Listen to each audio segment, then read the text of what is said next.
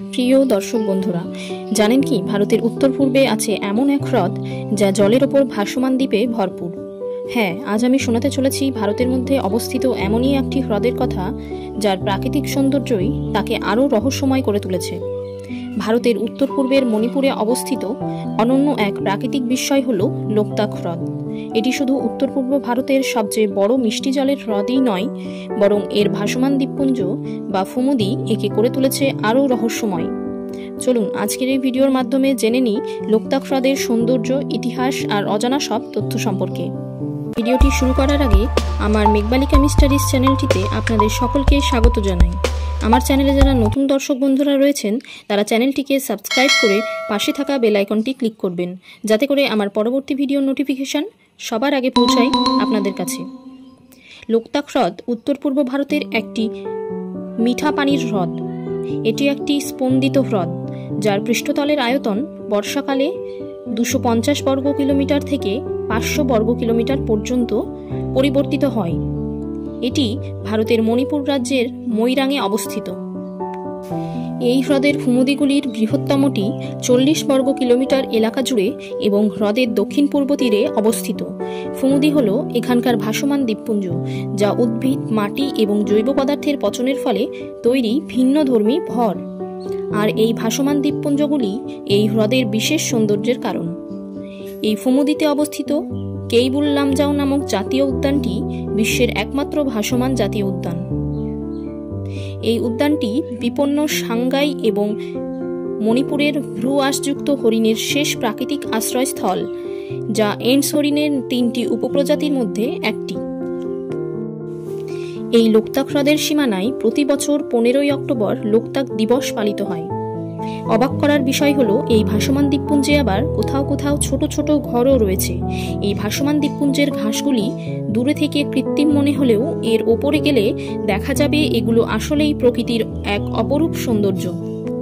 এই হ্রদে যতগুলো ফুমুদি জলের ওপরে ভাসমান অবস্থায় দেখা যায়, সেগুলো শুধুমাত্র 20%, বাকি 80%ই রয়েছে জলের তলায়। আদতে এই ফুমুদিগুলি প্রাকৃতিক উপায়েই তৈরি হয় এবং এর নির্দিষ্ট কোনো আকার আকৃতি থাকে না। কিন্তু এই ভিডিওর মাধ্যমে আপনারা যেই গোলাকার রিংয়ের মতো আকৃতির ফুমুদিগুলি দেখছেন, সেগুলো এখানকার লোকাল লোকেরা বানিয়েছে। এখানকার বাসিন্দারা ফুমুদিগুলোকে কেটে রিংয়ের মতন শেপ দেয়, যাতে তাদের মাছ ধরতে সুবিধা হয়। আর এই স্পেশালভাবে বানানো ফুমুদিগুলোকে আত্থাপাম বলে। এই প্রাচীন হ্রদটি মণিপুরের অর্থনীতিতে গুরুত্বপূর্ণ ভূমিকা পালন করেছে। এটি জলবিদ্যুৎ উৎপাদন, সেচ এবং পানীয় জল সরবরাহের জন্য জলের উৎস হিসেবে কাজ করে। এই হ্রদটি আশেপাশের এলাকায় এবং ফুমুদিতে বসবাসকারী গ্রামীণ জেলেদের জীবিকারও উৎস, যা ফুমসাং নামেও পরিচিত। মানুষের কার্যকলাপ হ্রদের বাস্তুতন্ত্রের উপর তীব্র চাপ সৃষ্টি করেছে। এই হ্রদের আশেপাশের 55টি গ্রামীণ এবং শহুরে জনপদে প্রায় 1 লক্ষ লোক বাস করে। পরিবেশগত অবস্থা এবং এর জীববৈচিত্র্যের মূল্য বিবেচনা করে 23শে মার্চ 1990 সালে রামসার কনভেনশনের অধীনে হ্রদটিকে প্রাথমিকভাবে আন্তর্জাতিক গুরুত্বের জলাভূমি হিসেবে মনোনীত করা হয়েছিল। এই ফুমুদিগুলি যেহেতু উদ্ভিদ, মাটি এবং জৈব পদার্থ পচনের ফলে তৈরি হয়, তাই এগুলি প্রাকৃতিক উপায়ে তৈরির সময় এই ঘাসের স্তরের মাঝে এয়ার পকেটস বা বায়ুথলি তৈরি হয়, যে কারণে এগুলি জলের ওপরে সহজেই ভেসে থাকতে পারে, ডুবে যায় না।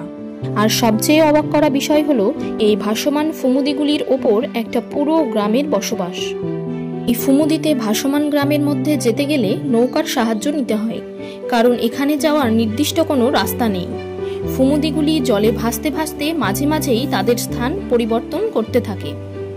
এই ভাসমান ফুমুদিগুলোতে আপনারা গেলে দেখতে পাবেন হাতে গোনা কয়েকটি বাড়ি, যেগুলি পুরো বিশ্বের থেকে বিচ্ছিন্ন, যেখানে কোনো রকমের ইলেকট্রিসিটি বা বিদ্যুতের ব্যবস্থা নেই কোনো জলের পাইপলাইনের ব্যবস্থাও।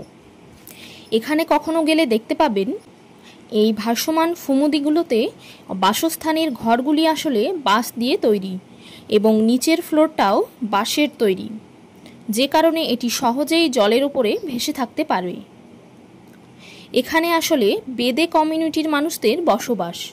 এখানকার মানুষরা লেকের জলেই এক ধরনের কেমিক্যাল বা বলতে গেলে এক ধরনের মেডিসিন ব্যবহার করে, তারপর সেই জল তারা পানীয় জল হিসেবে ব্যবহার করে থাকে।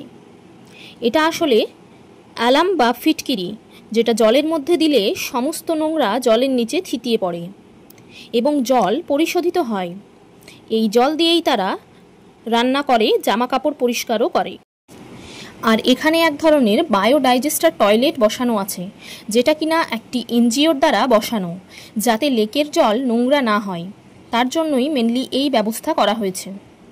এভাবেই বিভিন্ন উপায়ে এখানকার মানুষ জীবন ধারণ করে থাকেন।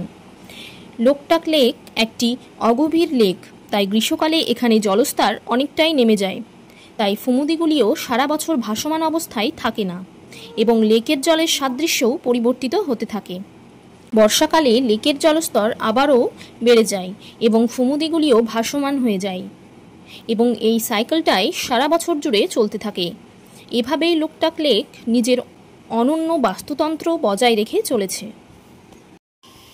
আজকের এই ভিডিওটি আপনাদের কেমন লেগেছে তা জানাতে ভুলবেন না।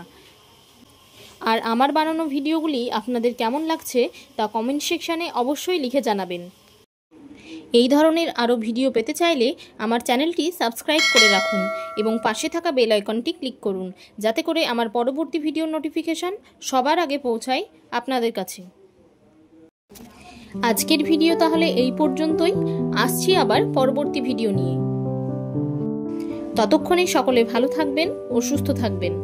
ধন্যবাদ।